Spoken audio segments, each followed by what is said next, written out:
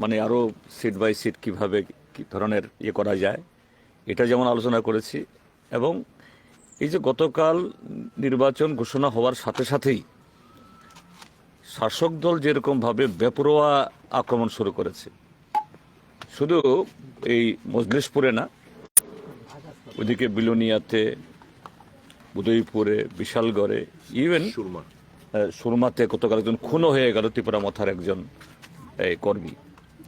এবং এটা যে যেদিন ইলেকশন কমিশন অফ ইন্ডিয়ার পুরো টিম আগরতলায় ছিলেন, যখন বললেন যে জিরো পোল ভায়োলেন্স মিশন, ত্রিপুরাজ্যের ভারতীয় জনতা পার্টি প্রায় এটাকেই চ্যালেঞ্জ জানিয়ে সেদিন থেকেই তাদের এই আক্রমণের মাত্রা বাড়িয়েছে। কাজেই অ্যামাউন্ট অফ আইসোলেশন, জনবিচ্ছিন্নতা যে কোন জায়গায় তাদের, এটাই। কাজেই এটাও কিভাবে মোকাবেলা করব আমরা আজকে মহাজোটের বিষয়ে কি বলবেন? সেটাই তো বললাম। সেই জন্য তো অন্য কেউ আছেন আপনারা দুইজন কংগ্রেস অন্যরা থাকবে, কে কে আছে দলে? অন্য সমস্ত যে যারা যারা এই মানে বিজেপি বিরোধী সবাইকে আমরা বলেছি আসার জন্য।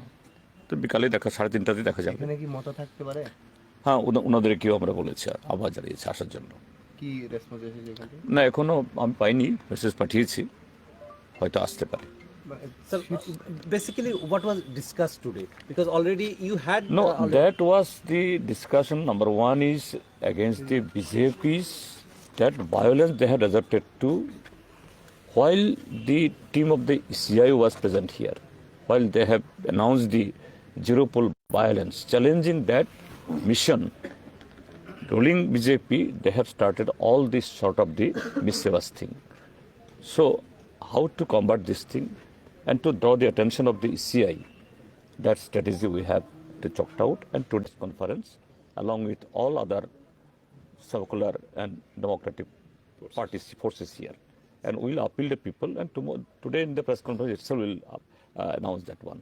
Sir, Second word, regarding the seat sharing, just today at first round we had some discussion. Seat sharing? Yeah.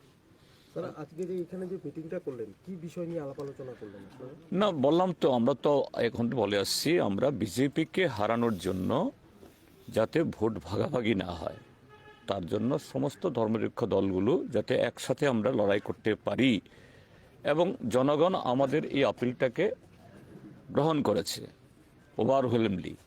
এটাকে কিভাবে কার্যকরী রূপ দেওয়া যায় তার আজকে প্রাথমিক আলোচনা শুরু করেছি।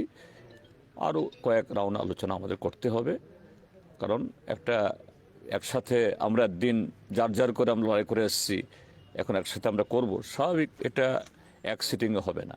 কাজে এটার প্রাথমিক শুরু হয়েছে আর কি। আমাদের আলোচনার একটি বেসিক পয়েন্ট, সেটা হচ্ছে maximisation of anti BJP vote.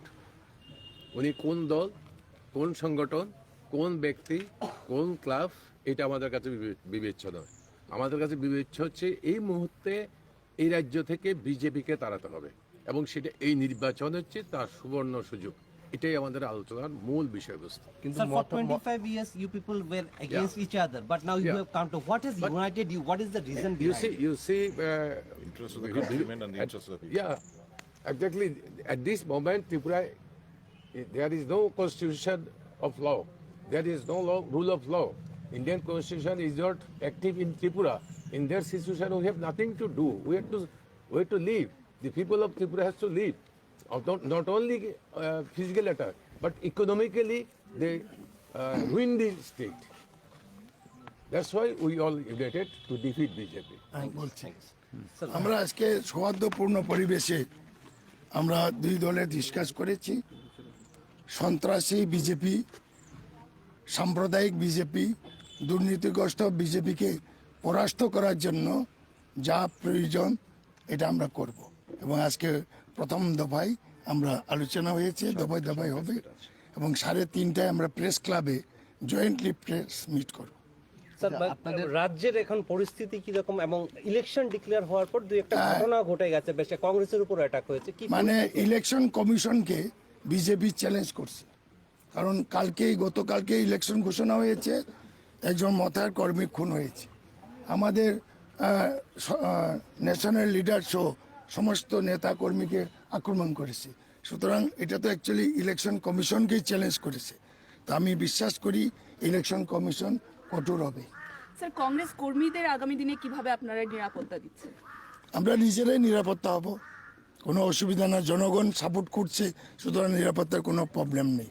আপনাদের আমরা দাবি রেসিস্ট বিজেপি হটাও, মথার দাবি গেটার দিয়ে পেলেন, এই বিষয়টা মানে কিভাবে আলোচনা হয় টেবিলে? ডিমান্ড তো করতেই পারে, এই ডিমান্ড তো কোনো অনৈতিক নয়, অসাংবিধানিক নয়, সুতরাং ডিমান্ড তো করতেই পারে। আমাদেরও ডিমান্ড আছে, সিপিআইএম দলেরও ডিমান্ড আছে, যার যার ডিমান্ড তো রয়েছে, কিন্তু আমাদের লক্ষ্য হলো বিজেপিকে পরাস্ত করা। স্যার, তাহলে আমরা মেনে নেব যে মহাজোট হয়ে গেছে, তবে কাগজে পত্রে তা কবে উঠে আসবে? শুভেচ্ছা রাখবেন। ঠিক আছে।